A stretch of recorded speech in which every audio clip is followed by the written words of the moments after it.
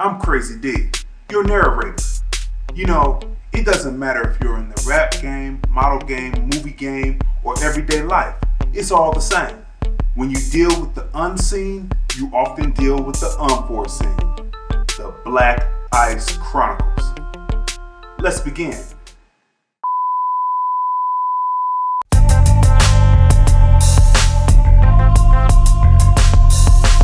Our topic for today: the white supremacist hasn't changed since 1865.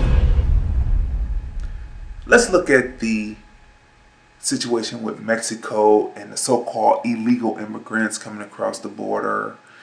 And since President Obama has been in office, he's been pushing for the so-called illegal immigrants to get their citizenship rights. And all of a sudden, the white supremacists don't want to have anything else to do with the Mexican immigrants that they had working pretty much for free. Basically, $2 an hour, could treat them bad, no health care, all that. All of a sudden, they don't want to have anything to do with them. Why? Let's go back in history a little bit. Let's go back to way beyond 1865, when the last black slaves were freed in America. Let's go back to 1554. From 1554 all the way up to 1865, the white supremacists had free labor from black men and black women, black boys and black girls for 311 years. Once slavery was abolished, all of a sudden, the white supremacists no longer felt they had a need for black people to even be in the country. And it was a whole movement based on Jefferson's writings about blacks going back to Africa. Of course, they weren't calling us black. They were saying the niggers have to go back to Africa, and they had set up Liberia for us to go back to, but that wasn't even the exact place where we had come from. Some black people went back, and then that's where the wars in Liberia came from, because the Liberians said, "Hey, we are Africans. You can't come over here with your Americanized white man shit and try to teach us and tell us how to dress." So the wars went on from there, and you can look that up. That's in the history books.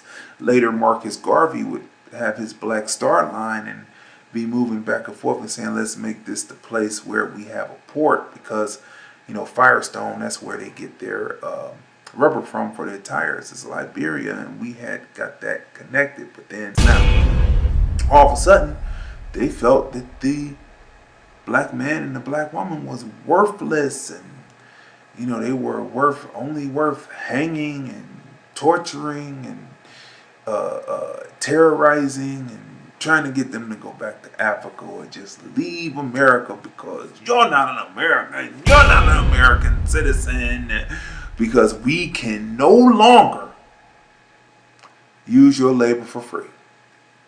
So now let's come back to the Mexican immigrant situation and the topic for today. The white supremacist hasn't changed since 1865. Now that the so-called illegal Mexican immigrants are about to get their citizenship or getting close to it, all of a sudden the white supremacist says, no, we never had illegal aliens working for us. We never had them pulling crops, and we never had them doing those jobs that no one would do. And so now they're passing laws where they want to get rid of the illegal immigrants, because now they know soon they will have to pay them a fair wage, provide health care, and also provide them the way to citizenship.